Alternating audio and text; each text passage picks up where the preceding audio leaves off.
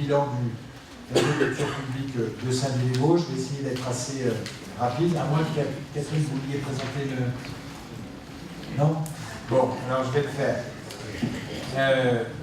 Alors on va vous présenter derrière les chiffres. On a, à ce jour aujourd'hui, vous avez reçu la présentation, 4500 inscrits. Évidemment, ce n'est pas la fréquentation.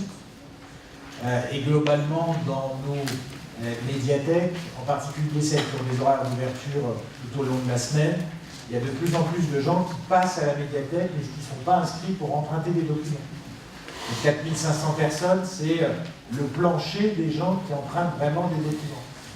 Et ce qui, sur une population de 80 000 habitants, est quand même loin d'être tout à fait négligeable dans notre population. Avec une très grande majorité des usagers qui sont issus de la communauté d'agglomération de Saint-Dié-les-Vosges, 96%. On a un tout petit peu d'usagers extérieurs, notamment de Meurthe-et-Moselle, dans le nord de notre territoire. Ce qu'il faut noter de très positif, c'est que dans ces inscriptions, on a un quart de nouveaux inscrits, c'est-à-dire qu'il y a quand même un renouvellement, et ce n'est pas seulement des personnes qui sont très habituées à fréquenter les médiathèques qui s'inscrivent. Quand on regarde la répartition par site de ces inscrits, donc de ceux qui empruntent effectivement des documents, encore une fois, ce n'est pas la fréquentation en tant que telle, c'est plus large la fréquentation. On a à peu près 49%, à peu près la moitié des inscrits qui sont inscrits sur le site de la médiathèque centrale de Victor Hugo à Saint-Dié-les-Vosges. Ensuite, par ordre, les sites en fréquentation principaux sont le site de Raon-l'État, avec 16,8% de la fréquentation, Fraise avec 11,6% de la fréquentation, Étival avec 9,9% de la fréquentation, Senonne avec 7,2% et Saint-Roch à Saint-Dié-les-Vosges avec 5,5%. On a quelques personnes, 88, vous avez vu, qui sont inscrites sur tous les sites. Par groupe d'âge, ça je crois que c'est intéressant pour tout le monde, on a 42% des inscrits qui ont moins de 14 ans. Ce qui veut, ils sont inscrits par leurs parents bien sûr, mais ce qui veut dire qu'on a une très forte pénétration jeunesse de nos médiathèques. Et c'est important, là aussi, c'est pas forcément l'image qu'on s'en fait, hein. Seulement 18% de plus de 65 ans. Donc c'est une fréquentation très différente de celle qu'on imagine. Quand on investit pour la lecture publique, on investit pour une très large part en destination de la jeunesse d'un territoire. Sur la fréquentation, on a seulement des chiffres à Saint-Dié-les-Vosges et à Étival-Clairefontaine, pas de comptage à Fraise, à Raon-l'État et à Senonne. On a en nombre d'entrées, évidemment il y a des gens qui rentrent plusieurs fois, donc c'est inscrit, mais dans les personnes qui fréquentent, 52 000 entrées, 52 693 entrées au cours de l'année, seulement sur ces deux sites. Donc ça vous donne une idée quand même de la fréquentation de ces médiathèques. On pense qu'il y a à peu près 80 000 entrées à l'échelle du territoire. Quand on regarde les prêts, c'est-à-dire ce qui est réellement sollicité dans nos fonds, on est à 50-50 entre le secteur jeunesse et le secteur adulte.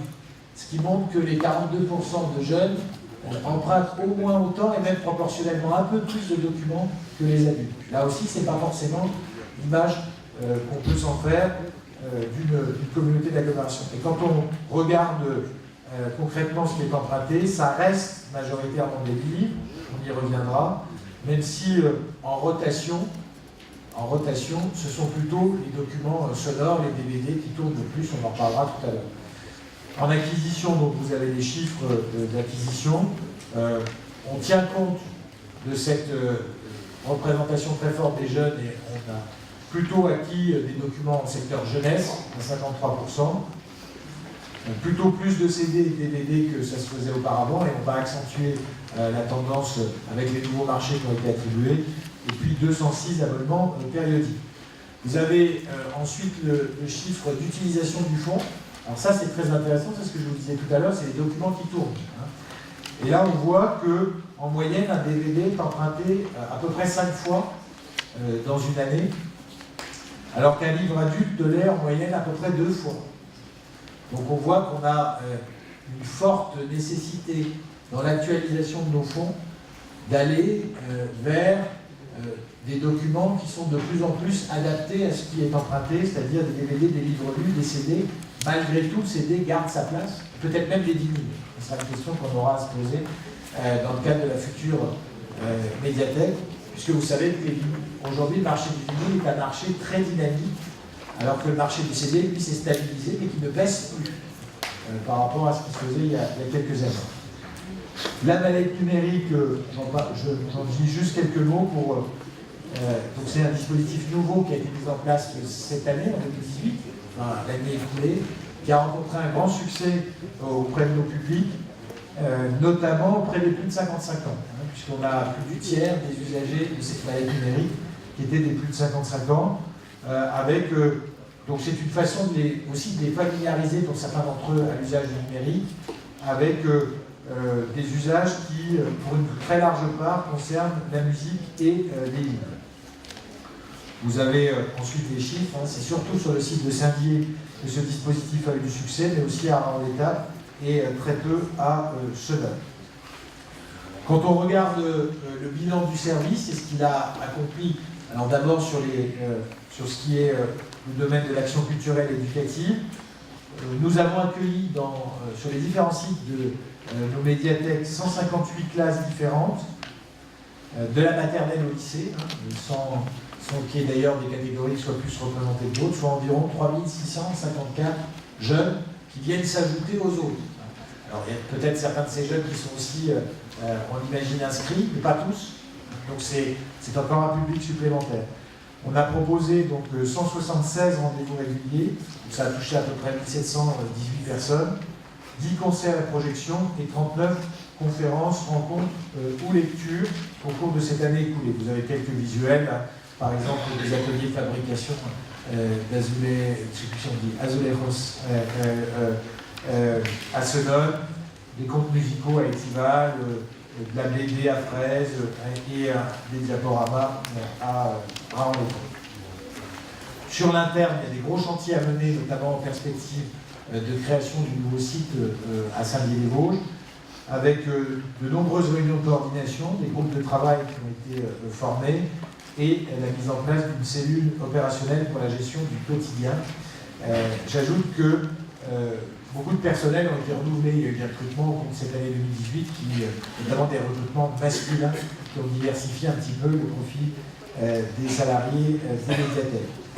Nous avons mis en place donc, des tarifs communs, vous vous souvenez, nous avons délibéré là-dessus dans toute l'agglomération, dans les médiathèques intercommunales, un document d'information commun, des outils et des procédures pour fonctionner au quotidien, un budget, des fournitures, une organisation des ressources humaines, une régie, avec parfois des réorganisations de certains sites pour faire tourner des personnels ou pour compléter ou remplacer des personnels existants. Je pense au site de Fraise notamment, avec l'embauche de quelqu'un qui était la présidente, qui est toujours la présidente de l'association de la bibliothèque de Bifontaine et qui est particulièrement dynamique.